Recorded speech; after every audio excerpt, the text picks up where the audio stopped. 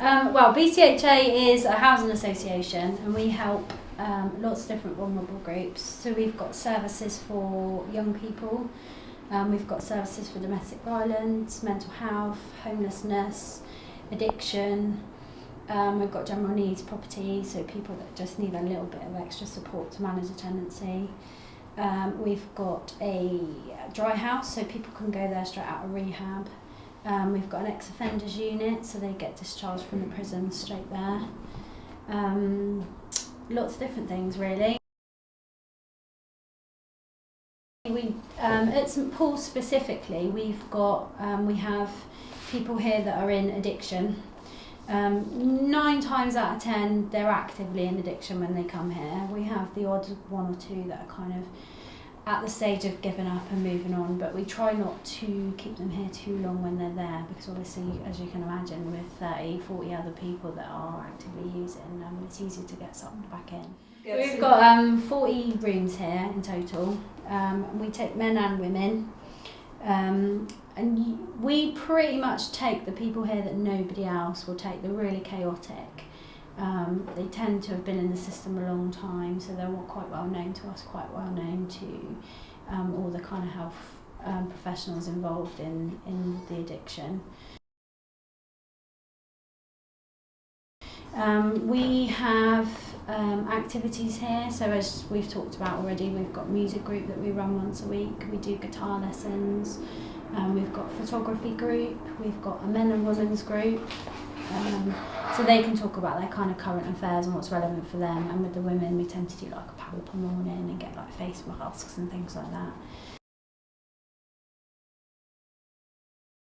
It used to be direct access here, so they would just pay for the bed for the night, and they could just turn up and just pay, I think it was about £3.40 or something, and they'd have a bed for the night and a warm meal. That's now changed, and we're actually an accommodation-based service. They have tenancies for up to 6 months. So we claim housing benefit for them, but they also have a top-up, and at the moment it's just over £25, and they have to pay that a week to stay here. But that does include, they get breakfast included and a hot meal in the evening included, and obviously their bed for the night, for the 6 months really. It's done on a referral system now. Okay. Whereas before they could just turn up, now it has to be done all through Bournemouth Council. So we can't have anybody here that hasn't been referred through Bournemouth Council. So we just, as we've got a few people potentially either being evicted or moving on, we just phone the council and say we've got potentially a couple of beds coming up, and then they send us referrals for the next few.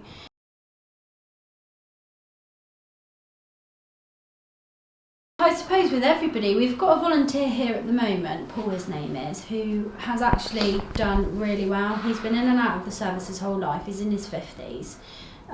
He's an alcoholic, and he has literally pretty much his whole life been in and out of St Paul's.